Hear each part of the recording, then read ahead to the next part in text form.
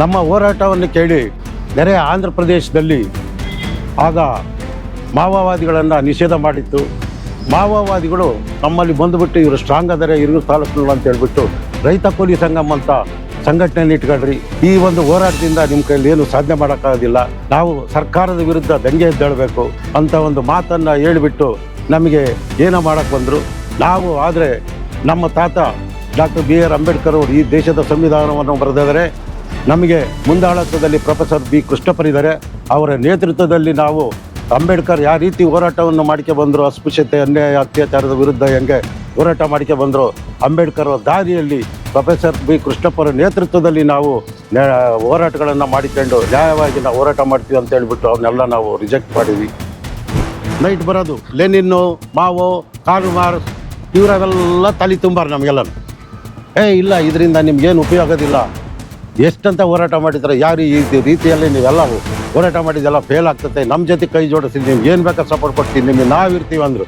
ಆದರೆ ನಾವು ಯಾವುದೇ ಕಾರಣಕ್ಕೂ ನಾವು ಪ್ರೊಫೆಸರ್ B ಕೃಷ್ಣಪ್ಪ ನೇತೃತ್ವದಲ್ಲಿ ನಾವು ಹೋರಾಟ ಮಾಡಬೇಕು ಅಂತ ಹೇಳ್ಬಿಟ್ಟು ಅದನ್ನೆಲ್ಲ ರಿಜೆಕ್ಟ್ ಮಾಡ್ತಿದ್ವಿ.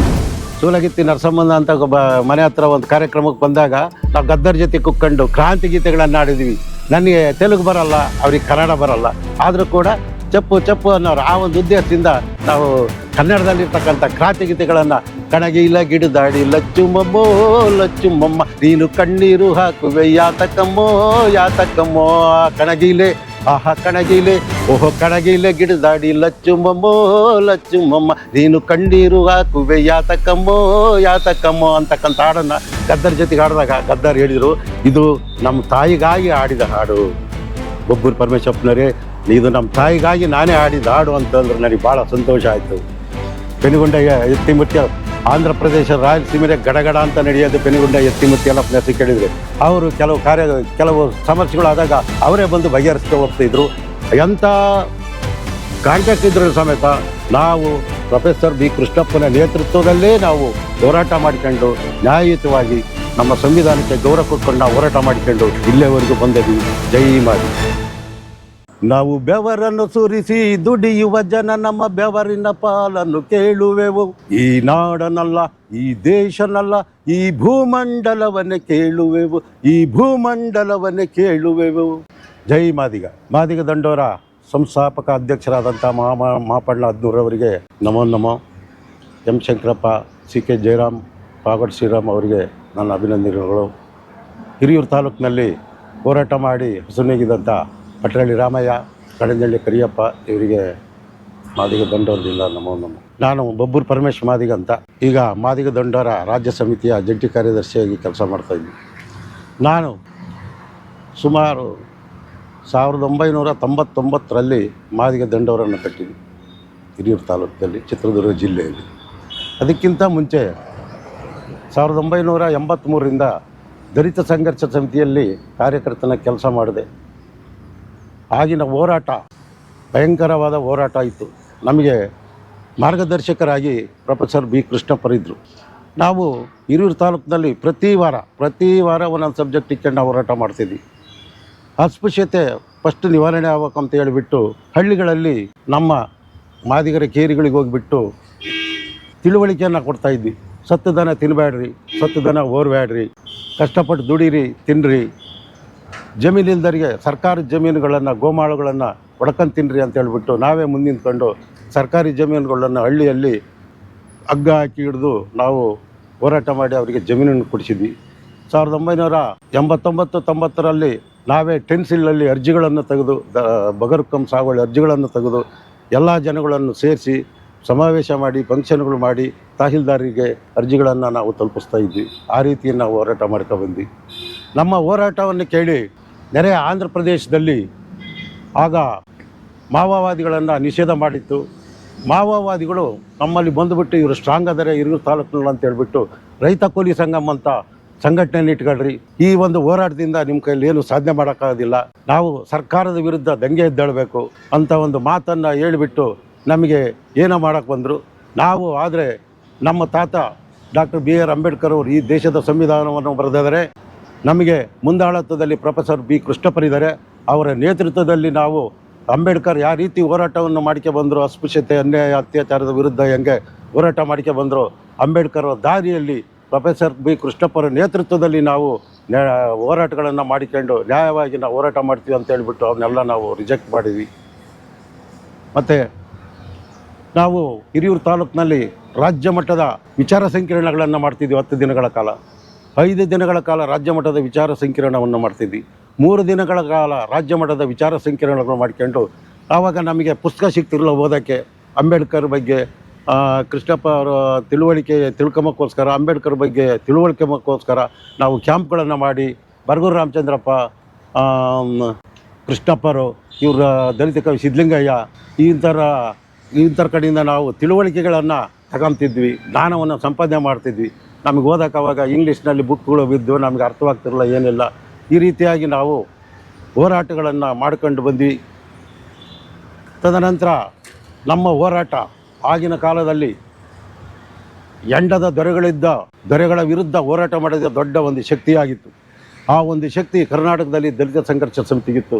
ಕರ್ನಾಟಕ ಸರ್ಕಾರವನ್ನೇ ಅಲ್ಲಾಡಿಸಿ ಅಲ್ಲೋಲ ಕಲ್ಲೋಲ ಮಾಡಿ ಎಂಡದ ದೊರೆಗಳ ವಿರುದ್ಧ ಹೋರಾಟ ಮಾಡಿ ಎಂಡವನ್ನು ನಿಷೇಧ ಮಾಡತಕ್ಕಂಥ ಒಂದು ಕೊಡುಗೆ ರಾಜ್ಯದಲ್ಲಿ ದಲಿತ ಸಂಘರ್ಷ ಸಮಿತಿಗೆ ಮತ್ತು ಅದರ ನೇತೃತ್ವದಲ್ಲಿ ನಾವು ಭಾಳ ಶ್ರಮ ಹಾಕಿದ್ವಿ. ಇಲ್ಲಿ ದಲಿತರ ಗುಡಿಸಲುಗಳನ್ನು ಸರ್ಕಾರಿ ಜಾಗ ಹಾಕ್ಕೊಂಡಾಗ ಕಿತ್ತಾಕ್ತಿದ್ರು ಅಧಿಕಾರಿಗಳಿಗೆ ಬಂದು ಅವ್ರನ್ನ ಗಲಾಟೆ ಮಾಡ್ತಿದ್ವಿ, ಬೈತಿದ್ವಿ. ನಮ್ಮ ಮೇಲೆ ಸುಮ್ಮನವಾಗಿ 18-20 ಕೇಸ್ಗಳು ಹಾಕ್ತಿದ್ರು, ದರೋಡೆ ಕೇಸ್ ಹಾಕ್ತಿದ್ರು, 307 ಮರ್ಡರ್ ಕೇಸ್ಗಳನ್ನು ಹಾಕ್ತಿದ್ರು. ಅಂಥವನ್ನೆಲ್ಲ ನಾವು ಸುಧಾರಿಸ್ಕೊಂಡು ಸೆಷನ್ ಕೋರ್ಟಿಗೆ ಬಸ್ ಚಾರ್ಜ್ ಇಲ್ದಲ್ಲೇ ನಾವು ಓಡಾಡ್ಕೊಂಡು ಕಾಲ್ನಡಿಗೆಯಲ್ಲಿ ಸಮೇತ ಓಡಾಡ್ಕೊಂಡು ನಾವು ಹೋರಾಟವನ್ನು ಹಿಂದೆ ಮುಂದೆ ನೋಡ್ದಲ್ಲಿ ನಾವು ಹೋರಾಟ ಮಾಡ್ಕೊಂಡು ಮುಂದೆ ಹೆಜ್ಜೆನ ಹಿಂದೆ ಕಿಡದೆ ನಾವು ಹೋರಾಟ ಮಾಡ್ಕೊಂಡು ಬಂದಿದ್ವಿ. 1999ರಲ್ಲಿ ಮಾದಿಗ ದಂಡೋರವನ್ನು ಕಮೆನ್ಸ್ ಮಾಡ್ಕೊಂಡ್ವಿ ಮಾಪಣ್ಣ ಅದ್ನೂರ್ ನೇತೃತ್ವದಲ್ಲಿ. ಆಗ ನಮಗೆ ಮಾದಿಗ ದಂಡೋರ ಅಂದ್ರೇನು, ಅದರ ಉದ್ದೇಶ ಏನು ಅನ್ನೋದು ಬೇರೆ ಆಂಧ್ರ ಪ್ರದೇಶದಲ್ಲಿ ಕೆಲವು ಸ್ನೇಹಿತರನ್ನು ನಿದ್ರಗಟ್ಟೆ ಕೃಷ್ಣಮೂರ್ತಿ ಅಂತಂದು ಅವ್ರ ಮುಖಾಂತರ ನಾವು ಆಂಧ್ರದಲ್ಲಿ ಏನಾಯಿತು, ಹೆಂಗಾಯಿತು, ABCD ವರ್ಗೀಕರಣ ಹೆಂಗೆ ಮಾಡಿದರು, ಮಾಲಾಮಾದಿಗಳು ಯಾವ ರೀತಿ ಎಷ್ಟು ರಿಸರ್ವೇಷನ್ ಕೊಟ್ಟರು, ಅದರಿಂದ ಏನು ಉಪಯೋಗ ಆಯಿತು ಅನ್ನೋ ಒಂದು ಇದನ್ನು ನಾವು ಅವ್ರನ್ನ ಕರೆಸ್ಕೊಂಡು ಎಲ್ಲ ತಿಳ್ಕೊಂಡು ನಾವು ದಂಡೋರವನ್ನು ಮಾಪಣ್ಣ ಅದ್ನೂರ್ ನೇತೃತ್ವದಲ್ಲಿ ನಾವು ಕಟ್ಟಿದ್ವಿ. ಪ್ರಥಮವಾಗಿ ನಾವು ಒಂದು ರಾಜ್ಯ ಮಟ್ಟದ ಸ್ಟಡಿ ಕ್ಯಾಂಪನ್ನು ಮಾಡಿದ್ವಿ ಮಾರಿಕಣಿವೆ IBಯಲ್ಲಿ. ಆ ಒಂದು ಸ್ಟಡಿ ಕ್ಯಾಂಪ್ನಲ್ಲಿ ನಮಗೆ ನ್ಯಾಯ ರೀತಿಯಿಂದ ನಾವು ಯಾವ ರೀತಿ ಹೋರಾಟ ಮಾಡ್ಬೇಕು ಅಂತ ಹೇಳ್ಬಿಟ್ಟು ಹೈಕೋರ್ಟ್ನಲ್ಲಿ ಈಗ ಹೈಕೋರ್ಟ್ನಲ್ಲಿ ಅಡ್ವೊಕೇಟ್ ಆಗಿರ್ತಕ್ಕಂಥ ಎಲ್ ನಾರಾಯಣಸ್ವಾಮಿ ಅವ್ರನ್ನ ಕರೆಸ್ತಿದ್ವಿ. ನಾವು ಆವಾಗ ಎಲ್ ನಾರಾಯಣಸ್ವಾಮಿ ಅಂದರೆ ಕರ್ನಾಟಕ ನ್ಯಾಯಾಲಯದ ಮುಖ್ಯ ನ್ಯಾಯಾಧೀಶರಾಗಿ ನಿವೃತ್ತಾಗಿ ಇವತ್ತು ಮಾನವ ಹಕ್ಕು ಆಯೋಗದ ಅಧ್ಯಕ್ಷರಾಗಿದ್ದಾರೆ. ಅವರು ವಕೀಲರಾಗಿದ್ದಾಗ ನಾವು ಕರೆಸಿ ಕಾನೂನಿನ ತಿಳುವಳಿಕೆಯ ಬಗ್ಗೆ ನಾವು ತಿಳ್ಕೊಂತಿದ್ವಿ. ಇಡೀ ನನ್ನ ಸಮಾಜಕ್ಕೆ ನಮ್ಮ ಹೋರಾಟಗಾರರಿಗೆ ಕಾನೂನು ಅಂದ್ರೇನು, ಯಾವ ರೀತಿ ಕಾನೂನು ತಿಳ್ಕೋಬೇಕು, ಕಾನೂನಿಗೆ ನಾವು ಯಾವ ರೀತಿ ಗೌರವವನ್ನು ಕೊಡಬೇಕು ಅನ್ನೋದ್ರ ಬಗ್ಗೆ ನಾವು ಎಲ್ ನಾರಾಯಣಸ್ವಾಮಿಯವರಿಂದ ನಾವು ತಿಳ್ಕೊಂಡ್ವಿ. ಮತ್ತು ಹಿರಿಯೂರು ತಾಲೂಕಿನಲ್ಲಿ ಮಾದಿಗರಿಗೆ ಪ್ರತ್ಯೇಕ ಮೀಸಲಾತಿಗಾಗಿ ಹಲವಾರು ಹೋರಾಟಗಳನ್ನು ಮಾಡಿದ್ವಿ. ಚಿತ್ರದುರ್ಗ ಜಿಲ್ಲೆಯಲ್ಲಿ ಪ್ರೊಫೆಸರ್ ಬಿ ಕೃಷ್ಣಪ್ಪನ ಸಮಾಧಿಯಿಂದ ಬೆಂಗಳೂರುವರೆಗೂ ಜಾಥಾ, ಬೀದರ್ನಿಂದ ಹಿಡಿದ ಬೆಂಗಳೂರುವರೆಗೆ ಸೈಕಲ್ ಜಾಥಾ, ಚಿತ್ರದುರ್ಗದಲ್ಲಿ ಅರಬೆತ್ತಲೆ ಮೆರವಣಿಗೆ, ಕೇಶಮುಂಡನ ಕಾರ್ಯಕ್ರಮ, ಮಾದಿಗರ ಗರ್ಜನೆ, ಮಾದಿಗರ ಸಮಾವೇಶ, ಹಲವಾರು ಕಾರ್ಯಕ್ರಮಗಳನ್ನು ಚಿತ್ರದುರ್ಗ ಜಿಲ್ಲೆಯಲ್ಲಿ ಹಳ್ಳಿಗಳನ್ನು ತಿರುಗಿ ಜನರನ್ನು ಸಂಪರ್ಕಿಸಿ ನಾವು ಹೋರಾಟದ ಹಾದಿಯನ್ನು ತಗೊಂಡೋದ್ವಿ. ಆಗಿನ ಕಾಲದಲ್ಲಿ ಮಾದಿಗ ಅಂದರೆ ಸಾಕು, ನಮ್ಮ ಕಾಲೋನಿಯಲ್ಲಿ ಜನ ನಮ್ಮ ಮೇಲೇ ಗಲಾಟೆ ಬರ್ತಾಯಿದ್ರು. ಮಾದಿಗ ಅಂತ ನೀವು ಹೆಸರಿಕೊಂಡಿದ್ದೀರಾ, ಮಾದಿಗ ದಂಡೋರ ಅಂತ ಹೆಸರಿಕೊಂಬರ್ತೀರಾ, ನಮಗೆ ಮರ್ಯಾದೆ ಇರುತ್ತಾ, ಹಿಂಗೆ ಅಂತ ಹೇಳ್ಬಿಟ್ಟು ನಮ್ಮ ಮೇಲೆ ಗಲಾಟೆ ಮಾಡ್ಕೊಂಬರೋರು. ಆಗ ನಾವು ಮಾದಿಗ ಅಂದ್ರೇನು, ಮಾದಿಗ ಸಮಾಜ ಅಂದ್ರೇನು, ಆಡು ಮುಟ್ಟದ ಸೊಪ್ಪಿಲ್ಲ, ಮಾದಿಗರಿಲ್ಲದ ಊರಿಲ್ಲ ಅಂತ ಅವರಿಗೆ ಹೇಳ್ಕೊಂಡು ಅಂದ ಪುರಾಣ ಇತಿಹಾಸದ ಕಥೆಗಳನ್ನು ಹೇಳ್ಕೊಂಡು ಶ್ರೀಕೃಷ್ಣ ಪರಮಾತ್ಮ ದೇವರು, ಆ ದೇವರೇ ನಮ್ಮ ಜಾಂಬವಂತನ ಮಗಳ ಜಾಂಬವತಿಯನ್ನು ಮದುವೆ ಆಗಿದ್ದಾರೆ. ನಮ್ಮ ಶ್ರೇಷ್ಠ ಮಾದಿಗ ಜಾತಿ ಎಷ್ಟು ಶ್ರೇಷ್ಠ ಅಂತಕ್ಕಂಥದ್ದನ್ನೇ ಹೇಳಿಕೆ ಬಂದಿದ್ವಿ. ಮಾತಂಗ ಮರಿ ಮಗ ಮಾತಂಗ, ಮಗಳು ಮಾತಂಗಿ ಇವರ ಪುರಾಣ ಕಥೆಗಳನ್ನು ನಮ್ಮ ಸಮಾಜಕ್ಕೆ ತಿಳಿಸಿ ಅಂಥ ದೂರ್ವಾಸ ಮರಿ ಶಿಷ್ಯ ವಶಿಷ್ಠ ಮುನಿನೇ ನಮ್ಮ ಮಾದಿಗರ ಮಗಳು ಮಾತಂಗ ಅರುಂಧತಿಯನ್ನು ಮದುವೆಯಾಗಿದ್ದಾರೆ.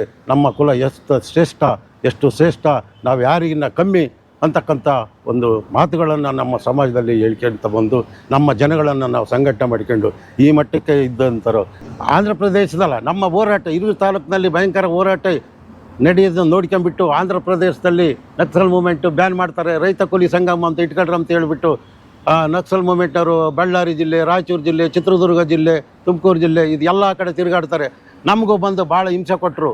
ನಮಗೆ ಯಾವ ರೀತಿ ಅಂದರೆ ನೈಟ್ ಬರೋದು, ಲೆನಿನ್ನು, ಮಾವೋ, ಕಾರ್ಲ್ ಮಾರ್ಕ್ಸ್ ಇವರೆಲ್ಲ ತಲೆ ತುಂಬಾರ ನಮಗೆಲ್ಲನು. ಇಲ್ಲ ಇದರಿಂದ ನಿಮ್ಗೇನು ಉಪಯೋಗದಿಲ್ಲ, ಎಷ್ಟಂತ ಹೋರಾಟ ಮಾಡಿದ್ದಾರೆ, ಯಾರು ಈ ರೀತಿಯಲ್ಲಿ ನೀವೆಲ್ಲ ಹೋರಾಟ ಮಾಡಿದ್ದೆಲ್ಲ ಫೇಲ್ ಆಗ್ತದೆ, ನಮ್ಮ ಜೊತೆ ಕೈ ಜೋಡಿಸಿ ನಿಮ್ಗೆ ಏನು ಬೇಕಾದ್ರೆ ಸಪೋರ್ಟ್ ಕೊಡ್ತೀವಿ, ನಿಮಗೆ ನಾವಿರ್ತೀವಿ ಅಂದರು. ಆದರೆ ನಾವು ಯಾವುದೇ ಕಾರಣಕ್ಕೂ ನಾವು ಪ್ರೊಫೆಸರ್ ಬಿ ಕೃಷ್ಣಪ್ಪ ನೇತೃತ್ವದಲ್ಲಿ ನಾವು ಹೋರಾಟ ಮಾಡಬೇಕು ಅಂತ ಹೇಳ್ಬಿಟ್ಟು ಅದನ್ನೆಲ್ಲ ರಿಜೆಕ್ಟ್ ಮಾಡ್ತಿದ್ವಿ. ಪೆನುಗೊಂಡ ಎಟ್ಟಿ ಮುತ್ಯಾಲಪ್ಪ ಇಲ್ಲಿ ಯಾವ್ದಾನ ಸಮಸ್ಯೆ ಆದರೂ ಬರ್ತಾಯಿದ್ರು ಕರ್ನಾಟಕಕ್ಕೆ, ಗದ್ದರ್ಗಳು ಬರ್ತಾಯಿದ್ರು. ಗದ್ದರ್ ಜೊತೆಗೆ ನಾವು ಹಾಡನ್ನು ಆಡಿದ್ದೀವಿ. ಸೂಲಗಿತ್ತಿ ನರಸಮ್ಮ ಅಂತಕ್ಕಂಥ ಒಂದು ಕಾರ್ಯಕ್ರಮಕ್ಕೆ ಬಂದಾಗ ಗದ್ದರ್ ಜೊತೆಗೆ ಗದ್ದರು ನಮಗೆ ಆವಾಗವಾಗ ನಾವು ಭೇಟಿ ಆಗ್ತಿದ್ವಿ. ನಮಗೆ ಸೂಲಗಿತ್ತಿ ನರಸಮ್ಮನ ಅಂತ ಮನೆ ಹತ್ರ ಒಂದು ಕಾರ್ಯಕ್ರಮಕ್ಕೆ ಬಂದಾಗ ನಾವು ಗದ್ದರ್ ಜೊತೆ ಕುತ್ಕೊಂಡು ಕ್ರಾಂತಿ ಗೀತೆಗಳನ್ನು ಆಡಿದ್ವಿ. ನನಗೆ ತೆಲುಗು ಬರಲ್ಲ, ಅವ್ರಿಗೆ ಕನ್ನಡ ಬರಲ್ಲ, ಆದರೂ ಕೂಡ ಚಪ್ಪು ಅನ್ನೋರು ಆ ಒಂದು ಉದ್ದೇಶದಿಂದ ನಾವು ಕನ್ನಡದಲ್ಲಿರ್ತಕ್ಕಂಥ ಕ್ರಾಂತಿ ಗೀತೆಗಳನ್ನು ಕಣಗಿಲ ಗಿಡದಾಡಿ ಲಚ್ಚುಮಮ್ಮ ನೀನು ಕಣ್ಣೀರು ಹಾಕುವೆ ಯಾತಕಮ್ಮೋ ಕಣಗಿಲೆ ಆಹಾ ಕಣಗಿಲೆ ಓಹೋ ಕಣಗಿಲೆ ಗಿಡದಾಡಿ ಲಚ್ಚುಮಮ್ಮ ನೀನು ಕಣ್ಣೀರು ಹಾಕುವೆ ಯಾತಕಮ್ಮೋ ಅಂತಕ್ಕಂಥ ಹಾಡನ್ನು ಗದ್ದರ್ ಜೊತೆಗೆ ಆಡಿದಾಗ ಗದ್ದರ್ ಹೇಳಿದರು, ಇದು ನಮ್ಮ ತಾಯಿಗಾಗಿ ಆಡಿದ ಹಾಡು. ಬೊಬ್ಬೂರು ಪರಮೇಶ್ವರಪ್ಪನವರೇ, ಇದು ನಮ್ಮ ತಾಯಿಗಾಗಿ ನಾನೇ ಆಡಿದ ಹಾಡು ಅಂತಂದ್ರೆ ನನಗೆ ಭಾಳ ಸಂತೋಷ ಆಯಿತು. ಪೆನುಗೊಂಡ ಎತ್ತಿಮುತ್ಯ ಆಂಧ್ರ ಪ್ರದೇಶ ರಾಯಲಸೀಮೆಗೆ ಗಡಗಡ ಅಂತ ನಡೆಯೋದು ಪೆನುಗೊಂಡ ಎತ್ತಿಮುತ್ಯಾಲಪ್ಪನ ಹೆಸರು ಕೇಳಿದರೆ ಅವರು ಕೆಲವು ಸಮಸ್ಯೆಗಳಾದಾಗ ಅವರೇ ಬಂದು ಬಗೆಹರಿಸ್ತಾ ಹೋಗ್ತಾಯಿದ್ರು. ಎಂಥ ಕಾಂಟ್ಯಾಕ್ಟ್ ಇದ್ರೂ ಸಮೇತ ನಾವು ಪ್ರೊಫೆಸರ್ ಬಿ ಕೃಷ್ಣಪ್ಪನ ನೇತೃತ್ವದಲ್ಲೇ ನಾವು ಹೋರಾಟ ಮಾಡಿಕೊಂಡು ನ್ಯಾಯಯುತವಾಗಿ ನಮ್ಮ ಸಂವಿಧಾನಕ್ಕೆ ಗೌರವ ಕೊಟ್ಕೊಂಡು ನಾವು ಹೋರಾಟ ಮಾಡಿಕೊಂಡು ಇಲ್ಲೇವರೆಗೂ ಬಂದಿದ್ದೀವಿ. ಜೈ ಮಾದಿಗ. ಎಂಡದ ಗಲಾಟೆಯಲ್ಲಿ ಎಂಡದ ಅಂಗಡಿ ಹೊಡೆದಾಕಿದ್ವಿ. ಅದಕ್ಕೋಸ್ಕರ ಅವರು ದರೋಡೆ ಕೇಸ್ ಹಾಕಿದರು. ಆಮೇಲೆ ಬಡವರಿಗೆ ಸೈಟ್ ಕೊಡ್ರಿ ಅಂತ ಹೋರಾಟ ಮಾಡ್ತಿದ್ವಿ ಇಲ್ಲೇ ಹಿರಿಯೂರು ವೇದಾವತಿ ನಗರದಲ್ಲಿ. ಆಗಿನ ಅಧ್ಯಕ್ಷರು, ಚೀಫ್ ಆಫೀಸರು ಅದೇ ಜಾಗನ ಹರಾಜಾಕಕ್ಕೆ ಬಂದಿದ್ದರು. ನಾವು ಅವರಾಗ ಗಲಾಟೆ ಮಾಡಿದ್ವಿ. ಅವ್ರೇನು ಮಾಡಿದರು, ನಮ್ಮನ್ನು ಕೊಲೆ ಮಾಡೋಕ್ಕೆ ಬಂದರು ಅಂತೇಳ್ಬಿಟ್ಟು 307 ಕೇಸ್ ಹಾಕಿ ನಮ್ಮನ್ನು ಜೈಲಿಗೆ ಕಳಿಸಿದರು. ತಿರ್ಗಿ ಆಮೇಲೆ ಹಿರಿಯೂರು ಟೌನಲ್ಲಿ ಸರ್ಕಾರಿ ಜಾಗದಲ್ಲಿ ಬಡವರು ಗುಡಿಸ್ಲು ಹಾಕೊಂಡಿದ್ರು. ಅವ್ರು ಗುಡಿಸ್ಲಿಕ್ಕೆ ಕೇಳೋಕೆ ಹೋಗಿದ್ರು ನಗರಸಭೆಯವರು. ಅವರು ತಡೆದಿದ್ದಕ್ಕೆ ನಮ್ಮನ್ನು ಹೊಡೆದ್ರು ಅಂತ ಚೀಫ್ ಆಫೀಸರ್ ಆವಾಗ ನಮ್ಮ ಮೇಲೆ ತಿರುಗಿ ಮತ್ತೆ ಕೇಸ್ ಹಾಕಿದರು. ಸುಳ್ಳು ಕೇಸ್ ಹಾಕಿ ಒಟ್ಟು 18-19 ಕೇಸ್ಗಳು ಹಾಕಿದ್ರು. ನಮಗೆ ಗೊತ್ತಿಲ್ಲದೆ ಸುಮ್ಮನೆ ಪೆನ್ನು ಪೇಪರ್ ಇದಾವೆ ಅಂತಂದು ಬರೆದು ಸುಮ್ಮನೆ ಕೇಸ್ ಹಾಕಿದ್ರು. ಬೇರೆ ಯಾರನ್ನ ಆಗಿದ್ದರೆ ನಮಗೆ ನ್ಯಾಯಯುತವಾಗಿ ನಮಗೆ ಕಾನೂನು ಹೇಳ್ಕೊಡೋಕ್ಕೆ ನಮಗೆ ಕೃಷ್ಣಪ್ಪನಂಥ ಮಾರ್ಗದರ್ಶನ ಇಲ್ಲ ಅಂದಿದ್ರೆ ನಾವಿವತ್ತು ಇರ್ತಿರ್ಲಿಲ್ಲ, ನಿಮ್ಮ ಮಾಧ್ಯಮರ ಜೊತೆಗೆ ಮಾತಾಡ್ತಿರಲಿಲ್ಲ, ಎಲ್ಲೋ ಎನ್ಕೌಂಟ್ರಾಗಿ ಎಲ್ಲೋ ಏನೋ ಆಗಿ ಎಲ್ಲೋ ಸತ್ತೋಗಿರ್ತಿದ್ವಿ.